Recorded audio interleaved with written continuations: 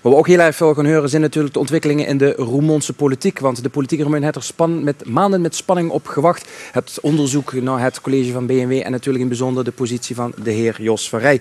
Hij zit hier bij Jos aan tafel, of beter gezegd op de bank. Hartelijk welkom Jos. Ja, even dan maar de conclusie wat gisteren prominent is. Hè. De onderzoekers concluderen dat er geen belangenverstrengeling is tussen Jos van Rij en de vriend en projectontwikkelaar de heer Van Pol. Wel is er jarenlange schijn van belangenverstrengeling, zo stelt de onderzoekscommissie. Weet u goed vinden, wil ik eerst even terug gewoon naar zichzelf. Want ja, je bent eigenlijk een Roermondse jong, geboren en getogen, bent de politiek ingerold. Men zegt ook wel eens een keer, je bent de onderkoning van Roermond. En het verleden hebben ze altijd vriendschappelijke relaties natuurlijk gehad. Hebben ze ooit in al die jaren gedacht dat er eens een keer een integriteitsvraag gesteld zou gebeuren? Ja, altijd gedacht. Maar dat vind ik ook gar niet erg. Ik heb altijd ger gehad dat er een vergrootglas op mij wordt gelachen. Ik leef in een glazen hoes. Ik moet alles transparant doen. Ik ben in 1998 hier komen werken. Heb daar duidelijke aanspraken over gemaakt. In heel Nederland waren er geen aanspraken. Die hebben we hiertoe gemaakt.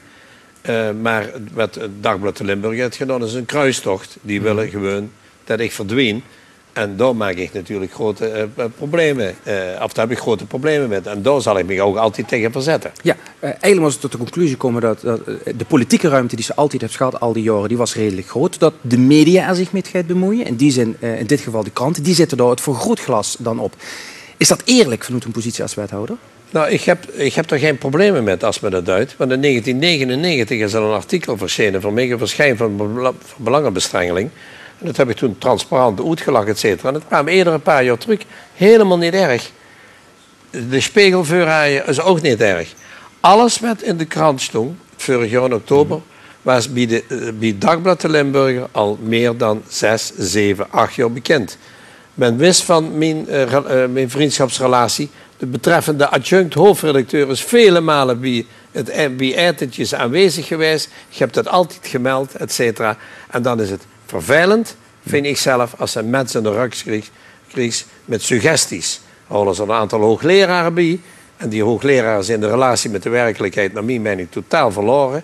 En dat heeft me het meeste pijn gedaan, om suggestieve verhalen. Men kan schrijven van mij wat men wil. Ik heb een olifant uitgekregen, maar schreef wel de waarheid. En door het er niet gaat om heer en beschuldigingen, et cetera. Ja, dus... En dat heeft me het meeste getroffen. En ik heb een aantal mensen natuurlijk beter leren kennen daardoor. Ja, helaas. Je bent al jarenlang politiek actief, vooral in de positie als wethouder. Dus hij zegt zelf, ja, dat heeft me een beetje een dikke huid gegeven. Dus een huid gekregen als een olifant. Toch kan je me niet voorstellen dat het proces wat de afgelopen maanden heeft plaatsgevonden, dich niet in die bekende spreekwoordelijke koude kleren is gaan zitten. Nou ja, ik moest terug naar 1998. Ik heb als wethouder met mijn collega's hebben 34.000 besluiten in de tijd genomen. De commissie verwacht dat als ik een gesprek heb, zoals nu, dat ik al die dingen uit de kop weet. Dat is dus heel moeilijk, et cetera. Dus het heeft me heel veel voorbereiding gekost.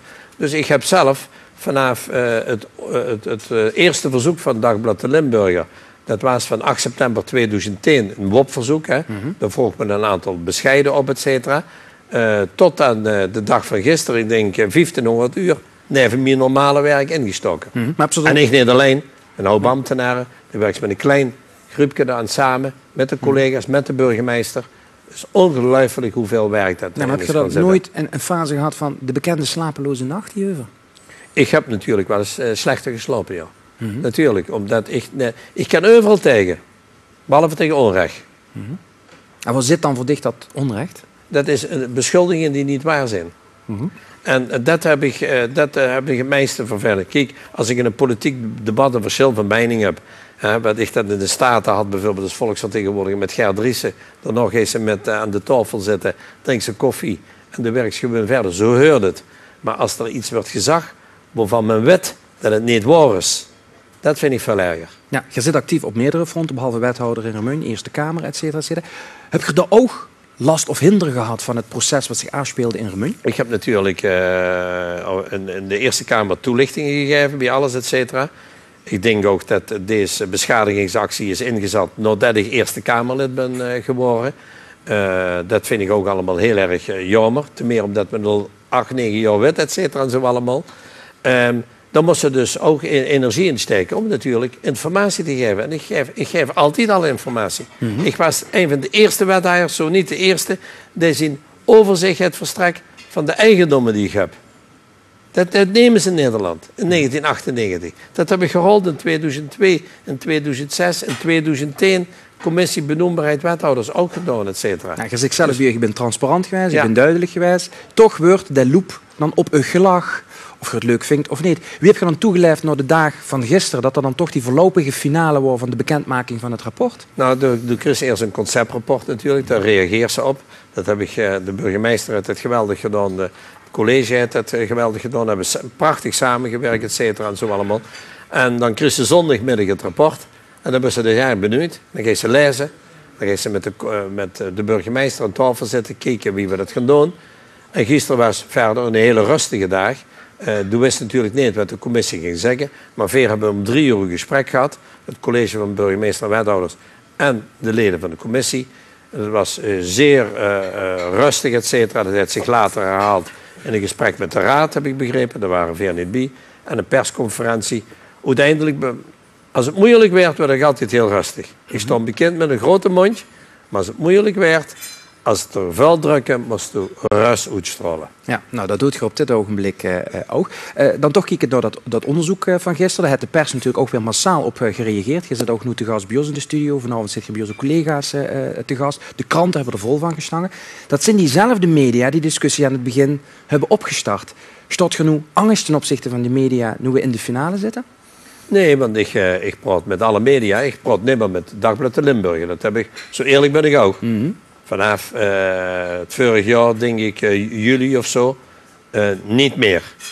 Dus dan kunnen we ook, als ik kom te overlijden voor 35 jaar, geen advertentie in de krant staan. Dat wil ik absoluut niet hebben. Ja. Dus met die dingen ik ben niet gauw rechtlijnig, maar die dingen ben ik rechtlijnig. Ik kan namelijk niet tegen onrecht. Maar met andere journalisten, die ook heel kritisch zijn vervelend, helemaal niet erg, als het maar op de zaak gaat en niet zeer wat nu in Limburg is gebeurd. Ja, als we nu kijken naar de reacties in de media, dan kunnen we eigenlijk twee kanten uitgaan. Ja, er is eigenlijk niks aan de hand en er is van alles aan de hand. En het gaat toch om hetzelfde rapport. Ook GroenLinks begint nu zich te melden in de gemeenteraad van Remun met het signaal van ja, maar hoe kunnen zo'n één rapport tot zoveel nuances leiden? In de beschrijvende gedeelte werd natuurlijk een zeer uitvoerige toelichting gegeven. En dan kreeg ze dus in de conclusies en aanbevelingen een compacte samenvatting, et cetera.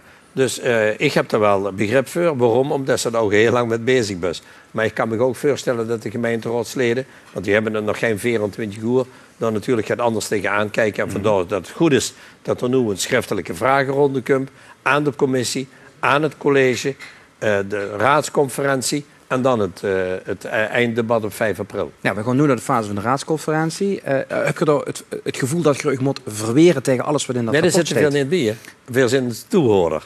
Dat is ook in het kader van het dualistisch systeem prima. De gemeenteraad is in het rapport ook aangesproken. Dus ik vind dat logisch.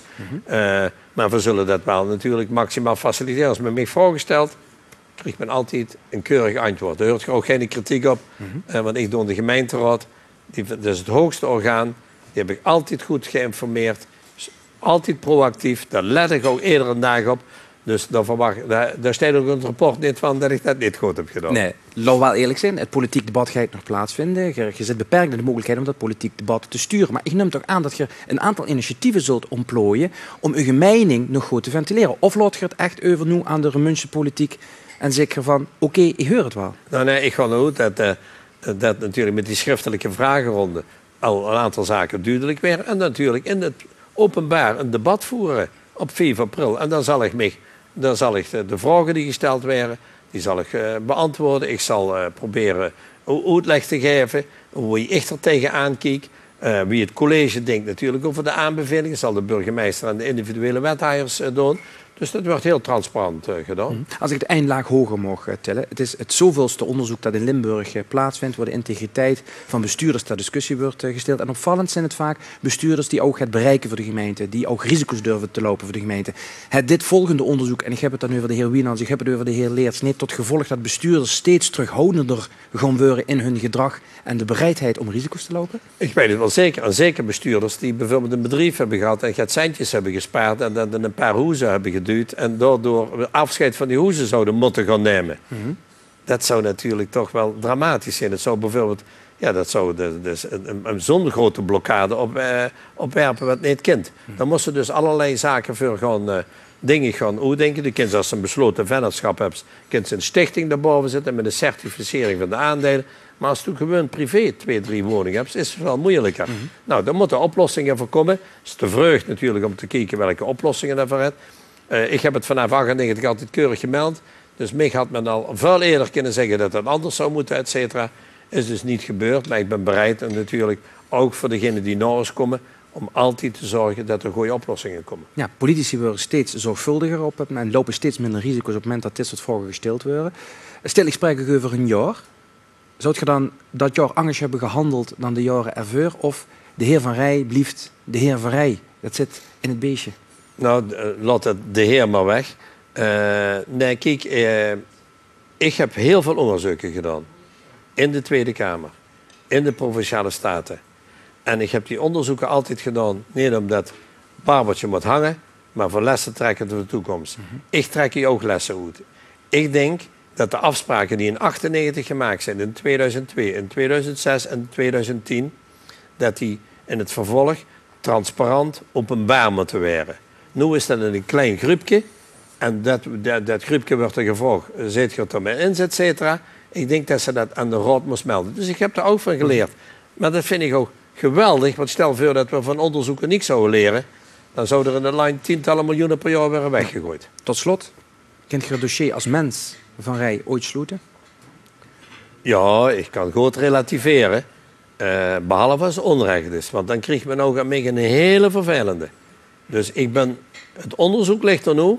Maar het onderzoek waarom dat nu is gebeurd, daar ga ik zelf met verder. En dat zal ook in mijn boek, hoe ik mee bezig ben, in ieder geval duidelijk gaan worden. Jij het optekenen allemaal wat er gebeurd is? Ik ben al op het tekenen vanaf 8 september 2010. Voordat die deed dat ook al, maar niet te veel. Maar nu, wat ik iedere dag metmaak, dat is en op welke geweldig. Pagina zit je in het boek?